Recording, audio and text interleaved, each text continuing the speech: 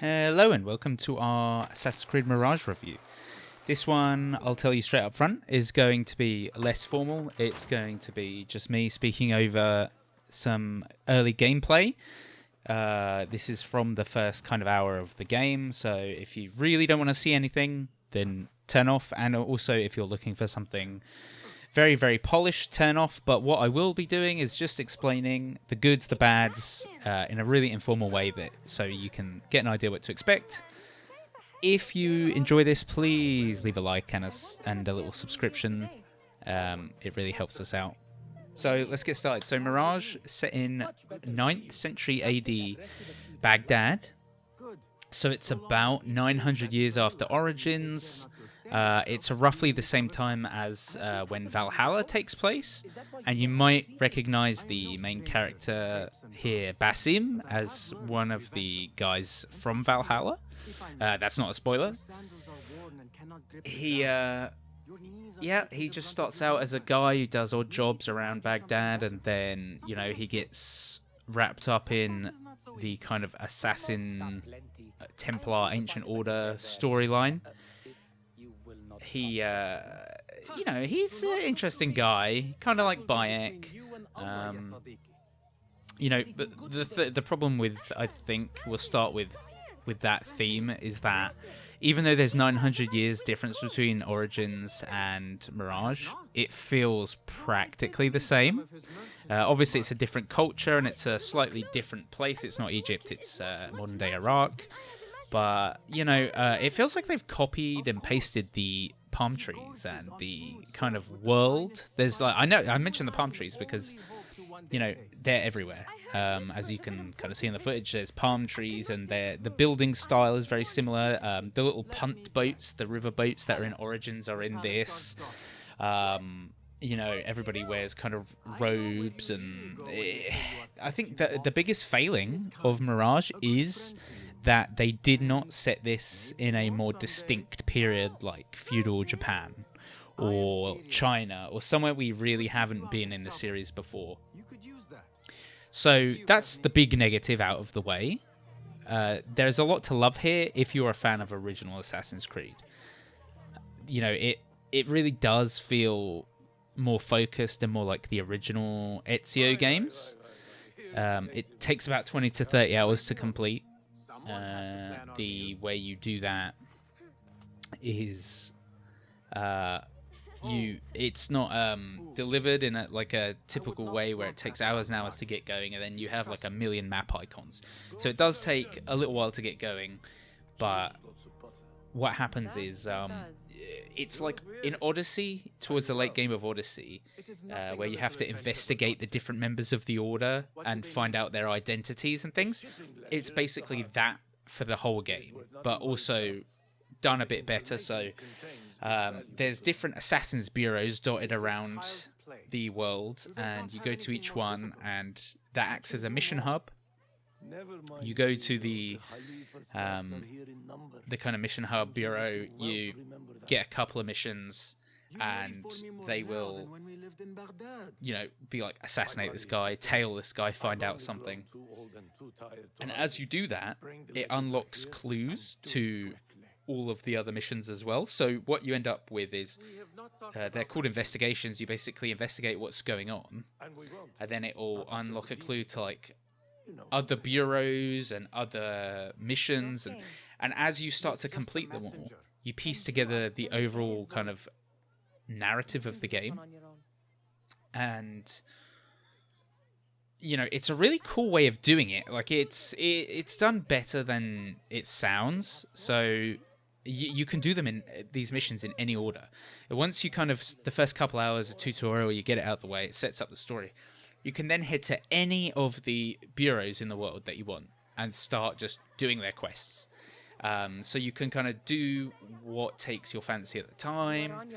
And, and as these quests, you work out more and more of what's going on. Eventually you find out the identity of the big main Order people, and then you assassinate them. And it all goes back to like the big head guy, and there's obviously there's cutscenes and there's story along the way, but it's nowhere near like Valhalla or Odyssey and Origins, where you kind of have a very distinct thing between the main story missions and the side missions. Like, that is the main thing of this game, just choosing what you want to do and going and doing it. There are side tales and contracts to do, but they're kind of boring, and they're not prevalent. They're not everywhere. That is one of the great things about this game, is like, if you find modern Assassin's Creed too overwhelming with like 5 million map markers, or even, Valhalla didn't have the crazy map markers, but there was a guy every 5 seconds like, help, I need help. That's gone. That's gone in this game. It's much more flexible, streamlined. Like I said, it takes 20 to 30 hours to complete rather than hundreds. If you like the modern games and you're not bored of the busy work, you might not like this as much then. But I think a lot of fans who grew up with the series, like me, this is definitely a step back towards... I wouldn't say linear, because you can't say linear, but it plays out more linear in that it's not overwhelming. You choose a mission, you do a mission. You're not like doing one mission and then a boy comes running up and he's like, help, thief! And then you get pulled into 50 different missions, and then you stab one guy and it ruins all the different missions for you. This is just, you take a mission, you do a mission. Sometimes you come across side stuff, and not often. There's chests to collect. There's still all the Assassin's Creed stuff to do. But like I say, it just respects your time more. It gets you in the game, teaches you the game, you do the game fun. And that is where I say it definitely is good. But then, saying that, it still is Assassin's Creed, and as I said, the major flaw is its setting. Like, 9th century Iraq is an interesting place in isolation. But because we've, it's a couple hundred years off of the original game, like 1100-ish AD was the original Assassin's Creed, and we're back in the desert, and we're back, and I would just wish, if with this change in style and layout of game, they really should have gone for like a gut punch of a really, really fresh setting of like, you've never been here before in Assassin's Creed game. The combat is also different. It's a lot of parrying. It feels a little bit more like the original combat rather than RPG combat from Origins and Odyssey and Valhalla. It does feel more like Valhalla, like with the parrying. You can parry and stuff. But yeah, other than that, it's another Assassin's Creed game. There's not a lot of like out of Animus stuff. There's not a lot of... I think some people might like that. Some people might be like, well, I was a bit turned off. I'm not really going to get into that because spoilers, but safe to say that is very, very minimal. And you're not going to get, like... It doesn't move the series along outside of the game. You're not going to get some big Desmond Miles narrative. It's just like, jump in the game, have some Assassin's Creed fun for 20 to 30 hours, call it a day, and so I like the layout of the new game where it's more focused, less busy work. I don't want to do all the side missions. It's boring to me. You might feel differently, so depending on how you feel about that is going to affect how the baseline of where you go from what I'm saying. So you like open world with all the 5 million map markers, you'll probably like this less. If you're like me, you're going to like it just as much, maybe even more. Then if you like the Animus stuff, you're going to be a bit disappointed. If you don't like the Animus stuff, you're going to like it.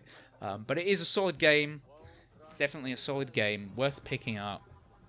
I'm not going to score it on here. It's because this is just a kind of informal review. No score, but you can't go wrong picking this up. You might not be blown away by it, again, depending on those factors that I just mentioned. But it's definitely worth playing. It's worth playing. It's not a failure at all. This is one of the better Assassin's Creed games of modern times. Again, setting lets it down a bit, not for any kind of, cultural reasons or anything like that. It's just that we've kind of done this stuff before, like I'm sure you're watching this footage and just thinking, you know, if you pay attention to the grass, the foliage, the way buildings are made, yes, it's, you know, a different period and everything, but not a lot has changed in this part of the world. In hundreds and thousands, like over the between the hundreds of years between, you know, origins and stuff. So, you know, it is what it is. It's a good game. It's worth playing. It's not going to set the world on fire. It could have done if they'd chosen a cool new setting, but it's promising for the future of the series, and the way it plays out is far more engaging. As I said, you just go, you do your investigations, and all of this spider web of interconnected events kind of happen, and then you assassinate people, and it's good. Worth picking up though. So yeah, hope you enjoyed this kind of like talky review. You know, leave a comment if you're still listening. Leave a comment, man. What are you doing? Leave a little like as well, because it helps. We're not monetized on this channel. Without a fuss. Give it here. You are one of them.